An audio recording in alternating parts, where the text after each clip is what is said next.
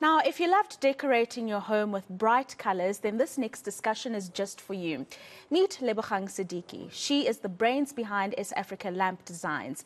It's been a few years now in her career that she's been using art practically, and she joins me now in studio to discuss her journey. Lebogang, thank you very much for your time and for lighting our studios up with your glorious, glorious designs. Tell us a little bit about S Africa Lamp Designs and really what inspired you to get into this particular type of art. Hi, thank you so much for having me. I'm so excited. I don't know where to start. It's actually a very, very funny story for some people. It started in 2019 and I actually dreamt about the lamps. Okay. It was just a normal me taking a nap and I started seeing these colors, I started seeing these lamps. And I woke up and I started doing my research. And that's when I discovered that, hey, actually other African countries do have something similar with the patterns, or they would do practical art that would embrace or celebrate their native cultures and tribes. But we don't have anything particular to South Africa or Southern Africa. And that's when South Africa Lamp Designs actually started. And you've been very intentional with the designs, the material that you used that portrays different cultures in the country, the names of the decorative pieces that you create. I think that one is Mwumbe. It's a Venda one. Thank you very much. But you've been very intentional in making sure that it remains authentically South African. Tell us why that is important in creating this and wanting to expose it to different markets, that you don't take away the authentic South Africanness, even if it means attracting other markets. You've kept it the way it's been. Yes. So, well, I'm Venda and my late mother's name is Novombi. So this was also one of the ways that I could honor her. And I wanted to cement our authentic and traditional names, and I wanted people to learn about them. So with the description, it would be the Masana Imbiwa wood lamp. So they have no choice but to now investigate or learn or research, what does Masana mean? Masana is actually my daughter's name as well, which means light or sun rays, or, it's both Tsonga and Venda. And you have Kanyisile, which is the one that is sitting just beside you there, right? Yes. And I think also the names also embody what the lamps are about, or tell a story, by themselves. I mean, they represent color, they represent light, they represent us and how colorful we are as Africans, Southern Africans. And I think it's very important to nip in educational pieces where we can, so that we do not only show people what we're capable of, but we also teach them about our diversified cultures, languages, food, names, and how we celebrate ourselves and how we identify as different tribes and different cultures in South Africa. Yeah. Now, the fabrics that you use, as I mentioned, and you've just explained to us, they represent the different cultures and the heritage across South Africa. But a lot of them have sacred meaning, worn by specific people at certain times. How have you dealt with that controversy, in that some people may find that you using this as a decorative piece for a cushion or a lamp may be undermining the relevance of a certain fabric? Yes, I understand, and I actually was very delicate with that process. I did consult.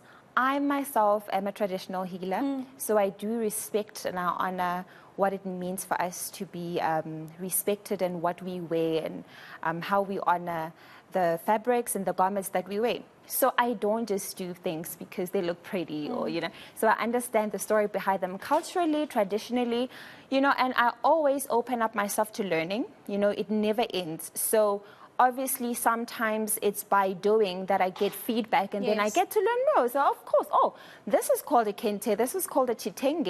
It's not necessarily relevant to me as a South African at this moment, but this is an opportunity to learn. So then I would talk to maybe like a cultural, traditional person from Zambia to learn about, this is a chitenge. I had a client that requested this specific fabric. What does it mean to you? What does it celebrate? What does it represent? They've got different textures, they've got different stories. Even with the Xhosa, we have it's running away from me, but they've got this beautiful cotton cloth that they wear, right? And I've had requests of doing it, but I wouldn't just do it. I wouldn't research on exactly which fabric is it, because is it poly cotton, is it wax print, is it 100% cotton, you know, which beads do you use? And so I'm very delicate with that process. I respect and I love, and I'm always open to learning. So it's been an interesting journey. No, it has to be an interesting journey indeed. What about the challenges and the opportunities that have come out of this business? It started with lamps. You've now diversified the offering that you offer customers. Tell us about those challenges and that decision to grow and offer different things to customers.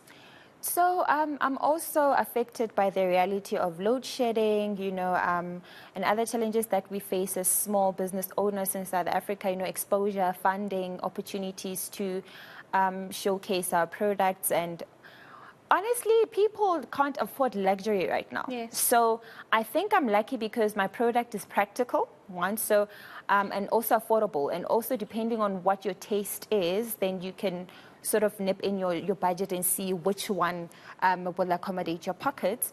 But we have been faced with challenges of load shedding recently.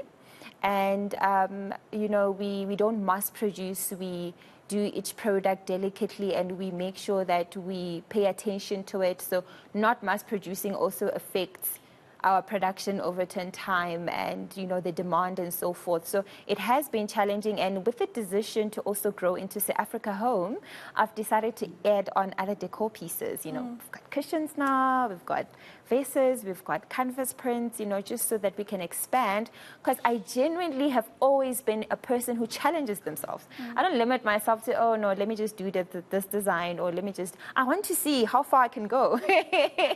And within the challenges that we're facing, I'm actually still very hopeful.